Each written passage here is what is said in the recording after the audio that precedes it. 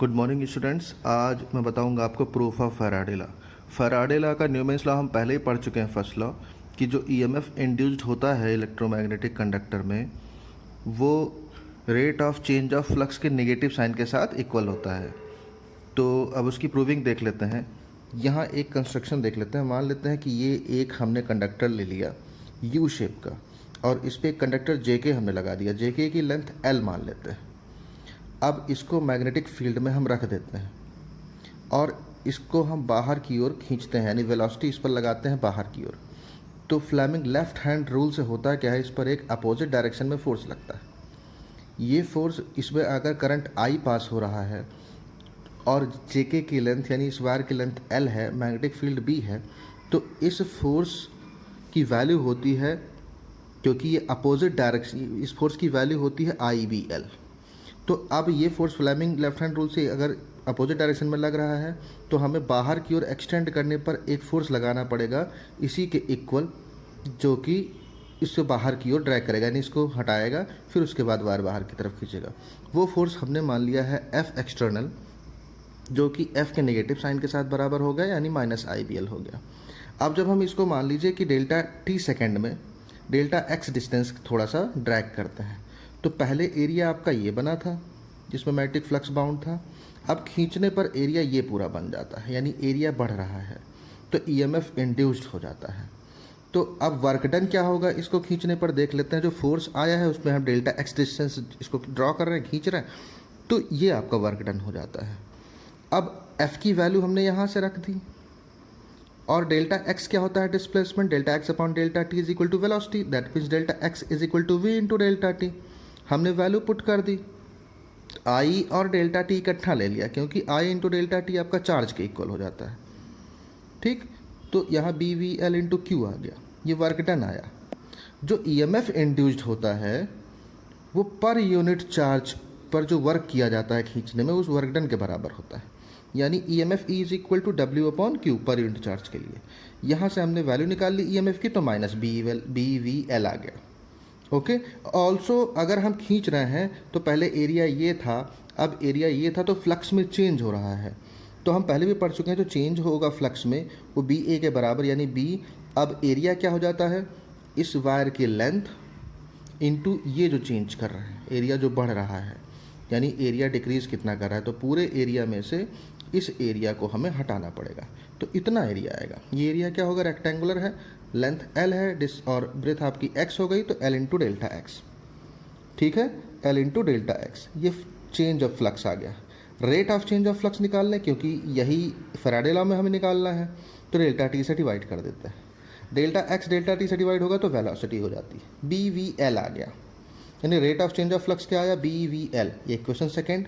और E M F आया है minus B V L, compare कर दें तो बी वी एल की जगह हम delta phi B upon delta t रख सकते हैं, तो delta phi B upon delta B is equal to कितना आ जाएगा, माइनस ई आ जाएगा, या फिर ई इज इक्वल टू कितना आ जाएगा, minus delta phi B upon delta t. अब लिमिट ले लेते हैं, यानी डेल्टा टी को टाइम्स करा देते हैं जीरो पर, तो E is equal to minus d phi B upon d t. यही फैराडे का फर्स्ट लॉ था। नेक्स्ट टॉपिक पढ़ते हैं self inductance of long solenoid. Self inductance of long solenoid, यानी ये लॉन्ग सोलेनाइड है, लेंथ हमने एल मान ली। इसमें जब हम करंट्स या इलेक्ट्रोमैग्नेटिक या मैग्नेटिक फील्ड में इसको हम ड्रॉ कराते हैं, तो मैग्नेटिक फील्ड बनता है इस डायरेक्शन में, तो करंट इंड्यूस्ड होता है, यानी ईएमएफ इंड्यूस्ड होता है। इसका क्रॉस सेक्शन एरिया ए मान लिया है, यानी एल लेंथ हो गई, ए क्रॉस सेक्शन एरिया हो गया, एन नंबर ऑफ टर्न्स हो गए कॉइल के, आई करंट थ्रो हो गया जो इससे पास हो रहा है। एन अगर मान लें कि पर यूनिट लेंथ के थ्रू है नंबर ऑफ कॉइल, यानी n be the number of turns per unit length, तो स्मॉल एन हो जाएगा number of turns upon length. ठीक है, तो magnetic field inside the coil क्या होता है, B is equal to n I. N क्या होता है, स्मॉल एन ले लेंगे, mu not into n I, क्योंकि B is proportional to n I, where N be the number of turns in per unit length. तो अब हम small N की यहाँ वैल्यू पुट कर देते हैं, प्रोपोर्शनल का साइन हटाते हैं तो म्यू नॉट बढ़ जाता है, यानी B is equal to mu naught N upon L into I आ गया। ऑल्सो वी नो दैट कि flux is equal to B into A होता है। बी हमने ये वैल्यू रख देनी है, ए यहाँ दिया हुआ है, नंबर ऑफ टर्न्स एन है, तो n phi B total flux जो बाउंड होगा वो कितना हो जाएगा, वैल्यू हमने क्या करनी है, एन से मल्टीप्लाई कर देना है, ये वैल्यू पूरी पूरी आ गई। अब हमने फैराडे लॉ में पढ़ा है कि N5 जो टोटल फ्लक्स बाउंड होता है वो करंट के प्रोपोर्शनल होता है, तो L एक कांस्टेंट बढ़ जाता है, यही सेल्फ इंडक्टेंस होता है, यानी L is equal to N5B upon I। तो अब हम क्या करते हैं, N5B की जो वैल्यू पुट हम निकाल चुके हैं वही वैल्यू हम पुट कर देंगे यहाँ पर। I कैंसिल हो जाएगा तो सोलेनाइड का सेल्फ इंडक्टेंस आ जाता है। ओके, अब इंडक्टर में कितनी एनर्जी स्टोर होगी ये निकाल लेते हैं। यानी कोई भी इंडक्टर है जिसमें सेल्फ इंडक्टेंस इंड्यूस्ड हो रहा है, तो फैराडे लॉ से हमने पढ़ा है कि जो सेल्फ इंडक्टर जो यानी इंडक्टर में जो भी ईएमएफ इंड्यूस्ड होगा वो माइनस LdI/dt के इक्वल होता है। अब उसमें क्या हुआ, चार्ज फ्लो होगा। मान लेते हैं कि चार्ज को फ्लो कराने में, यानी dq चार्ज है, उसको फ्लो कराने में उसके अगेंस्ट हमें वर्क करना होगा। उसके अगेंस्ट जो वर्क होगा वो वर्क क्या होता है, हम पहले ही पढ़ चुके हैं, EMF is equal to work done upon charge per unit length में। तो dq अगर आप इधर लेके जाएं, हम पहले पढ़ चुके हैं कि जो EMF इंड्यूस्ड होता है वो वर्क डन अपॉन चार्ज के इक्वल होता है, तो dw अपॉन dq के इक्वल होगा। तो dq हम इधर लेके चले जाते हैं तो, और ये किसके, नेगेटिव साइन के साथ इक्वल होता है, नेगेटिव साइन के साथ। तो अब यहाँ से कैलकुलेट कर लें तो dw की वैल्यू कितनी आ जाएगी, -e dq, ये मैंने यहाँ पर लिखा हुआ है। तो और फिर क्या करेंगे, फैराडे लॉ से E की वैल्यू हमने पुट कर दी है, माइनस माइनस कैंसिल होकर प्लस हो गया, L dq और dt को इकट्ठा कर लिया, di बाहर कर लिया, dq/dt I होता है आपका। ये स्मॉल वर्क डन हुआ। अब टोटल वर्क डन निकालने के लिए मान लेते हैं कि total work done to build current from 0 to steady maximum current, यानी स्टडी मैक्सिमम करंट को हमने I0 ले लिया है, तो एक रेंज ले लिया है। अगर रेंज ले लिया है तो डेफिनेट इंटीग्रेशन कर देता है टोटल वर्क डन निकालने के लिए 0 टू I0 के लिए। L कांस्टेंट है बाहर, I का हो जाएगा I²/2 इंटीग्रेशन। अब upper limit minus lower limit करेंगे तो हाफ Li0², ये वर्क डन आ गया। और यही वर्क डन पोटेंशियल एनर्जी के रूप में इंडक्टर में क्या होता है, स्टोर हो जाता है। तो एनर्जी स्टोर कितनी आ गई, half Li0², where I0 is a maximum steady current. Friends, अब पढ़ते हैं सेल्फ इंडक्शन के बारे में। The phenomenon of electromagnetic induction in which on changing the current in a coil an opposing induced EMF is set up in that very coil is called self induction। यानी self induction होता क्या है, suppose कीजिए कि हमारे पास एक coil है, इसमें नॉर्मल करंट यानी कांस्टेंट करंट हम फ्लो करा रहे हैं। अब कांस्टेंट को हम बढ़ा रहे हैं, अगर हम यानी करंट को बढ़ा रहे हैं, अगर हम करंट को बढ़ा रहे होते हैं तो कॉइल में क्या होता है, इलेक्ट्रोमैग्नेटिक इंडक्शन होने लगता है। इसकी वजह से कॉइल के अंदर जो ये करंट फ्लो हो रहा होगा वो कुछ ना कुछ और करंट उसमें इंड्यूस्ड हो जाएगा।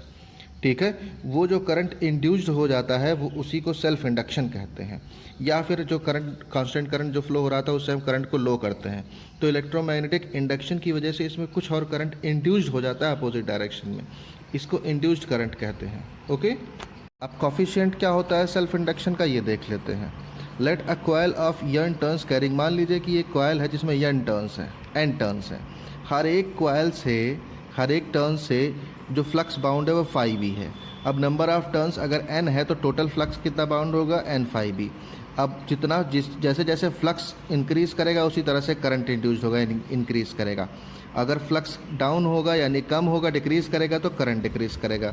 तो अब होगा क्या, जो टोटल फ्लक्स बाउंड होगा आपका कॉइल से वो प्रोपोर्शनल होगा करंट के। ये प्रोपोर्शनल का साइन हटा देते हैं, कांस्टेंट बढ़ जाता है। इसी कांस्टेंट को L से डिनोट करते हैं, इसी को सेल्फ इंडक्शन कहते हैं, यानी कोफिशिएंट ऑफ सेल्फ इंडक्शन कहते हैं। मीन्स अभी आप अगर देखेंगे इसमें तो ऑन चेंजिंग द करंट, यानी जब हम करंट को चेंज कर रहे हो, on changing the current I in the coil back EMF is setup Faraday law के अकॉर्डिंग। यानी जब हम इसमें कॉइल में करंट चेंज कर रहे होते तो उसमें बैक EMF आ जाता है।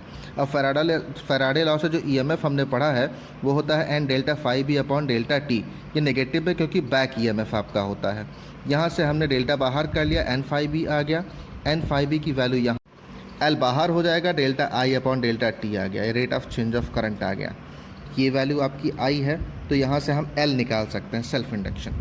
L हमने निकाला है, कितना आया, -e upon ∆I upon ∆t।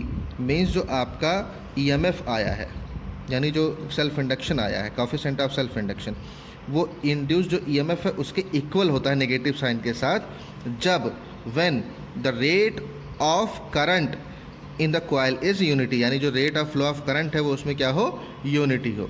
अब इसका हम यूनिट देख लेते हैं क्या होता है। अगर हम एसआई यूनिट की बात करें तो जो सेल्फ इंडक्शन का एसआई यूनिट होता है उसको हेनरी से लिखते हैं। किससे लिखते हैं, हेनरी से लिखते हैं।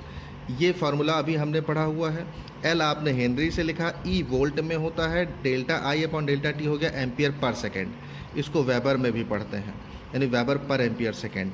मिली हेनरी 10⁻³ माइक्रो हेनरी 10⁻⁶। डायमेंशन निकालना आप देखेंगे तो डायमेंशन कैसे निकालते हैं एल का, ये हमारे पास आया है unit 1 Henry is equal two volt second, ऊपर चला जाएगा तो volt into second upon ampere. Volt को क्या लिखेंगे, जूल पर कूलम वर्क डन ऑन पर यूनिट चार्ज। सेकंड है आपके पास, एम्पियर है, जूल क्या होता है, न्यूटन मीटर, कूलम सेकंड दिया हुआ है, सेकंड हमने लिख लिया, कूलम नीचे चला आया, कूलम एम्पियर। अब न्यूटन का ये डायमेंशन हो गया MLT-2, ठीक है, और मीटर का हो गया L, सेकंड का हो गया T, कूलम का हो गया एम्पियर इंटू टाइम, ठीक है, Q is equal to IT, और एम्पियर का A हमने लिख लिया, सबको कैलकुलेट कर लिया। तो mL² T⁻⁻2 A⁻², ब्रैकेट में ज़रूर लिखेंगे, ब्रैकेट नहीं लगाते हैं आप तो मार्क्स कटता है। ओके।